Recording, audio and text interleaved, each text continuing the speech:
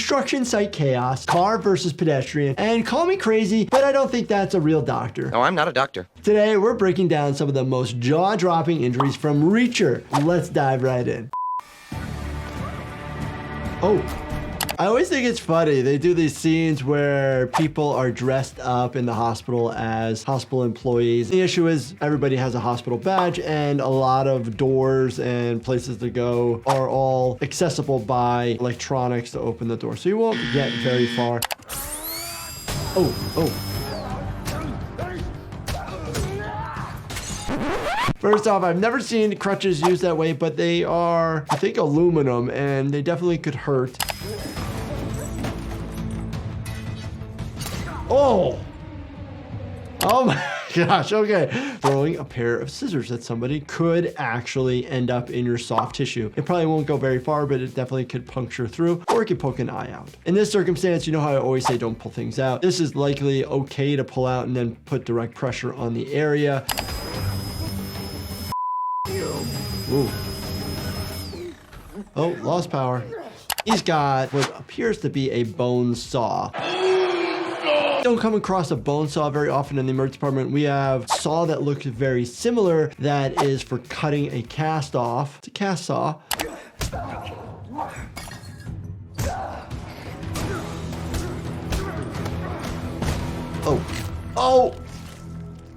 Oh, wow. What an unlucky chain of events, landing right on the right side of his neck, going through probably the sternocleidomastoid, which is the big muscle here, and then hitting the carotid artery and jugular vein. The flow of the blood, they actually did a good job.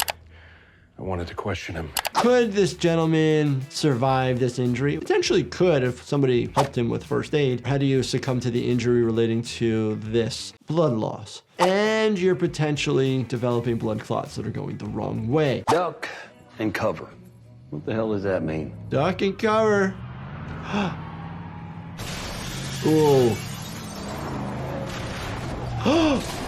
Oh, the classic blood out of the mouth. Typical. How do we get blood coming out of the mouth that fast? You don't. It has to go from the intestines to the stomach, and then you have to regurgitate it up through the esophagus to then come out the mouth.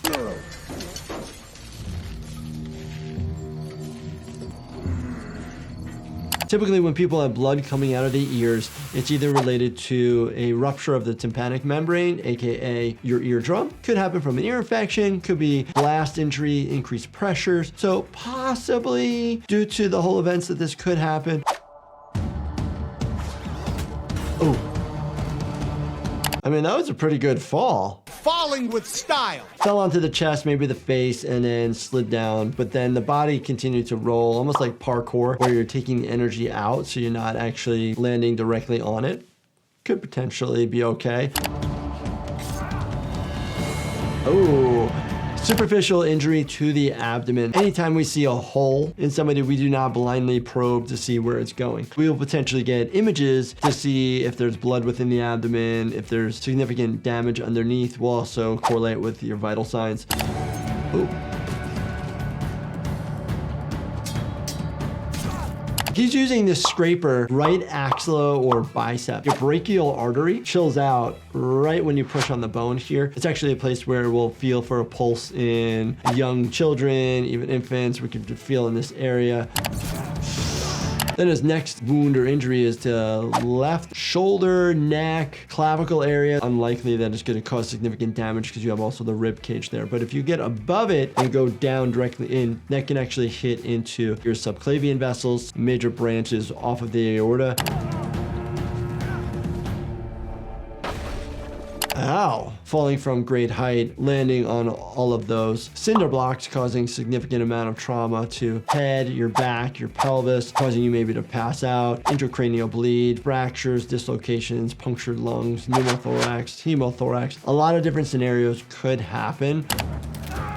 Oh, just the noise crunch that they're trying to tell us. Maybe ripped a bunch of ligaments versus fracture. He's got the ankle and the knee torqued in different positions. Even the hip joint could actually get injured with such bad rotation. Oh. Damn, Reacher. When we were kids, we just wrote our names in it. Could you inhale the concrete into the lungs? Unlikely, but it's preventing you from getting any oxygen in, leading to asphyxiation or hypoxia. You're having a buildup of CO2 where you can't get it out. You're going to become air hungry. You're going to try to get air in, but you're also going to be confused because you have something called hypercapnia occurring. Oh, never good to get hit on the side of the body where the ribs are. The ribs are protecting your spleen or your liver. His left side is protecting his spleen. If you have a splenic rupture, you have to have surgery to have it removed, most likely.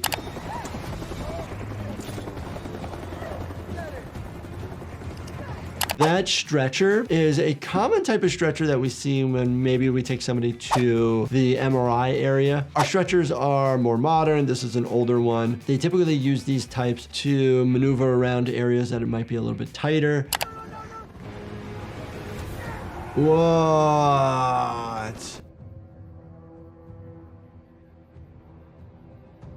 Landing from such a great height, not a likely recoverable injury. People have fallen from great heights and survived, but again, it's unlikely in here in this scenario. Mom, better hurry the kid, or this is gonna go bad for both of you. Oh my gosh. Punch in the window. It's not easy to do. Reacher is using something to protect the hand, which is appropriate. Not all glass shatters. Depends on the type of glass.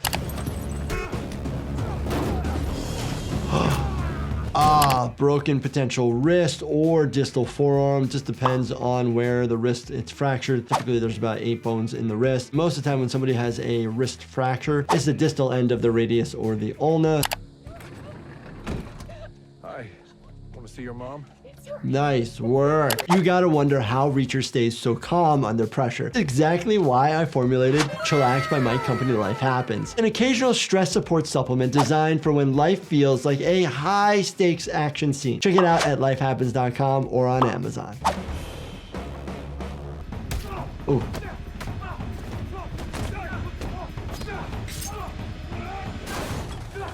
He gets a lot of lacerations to the abdomen. You can probably suture it. Versus, could you just staple this? You could staple it. You can get the staples removed. It's pretty easy and relatively painless to just reverse the tracks of it.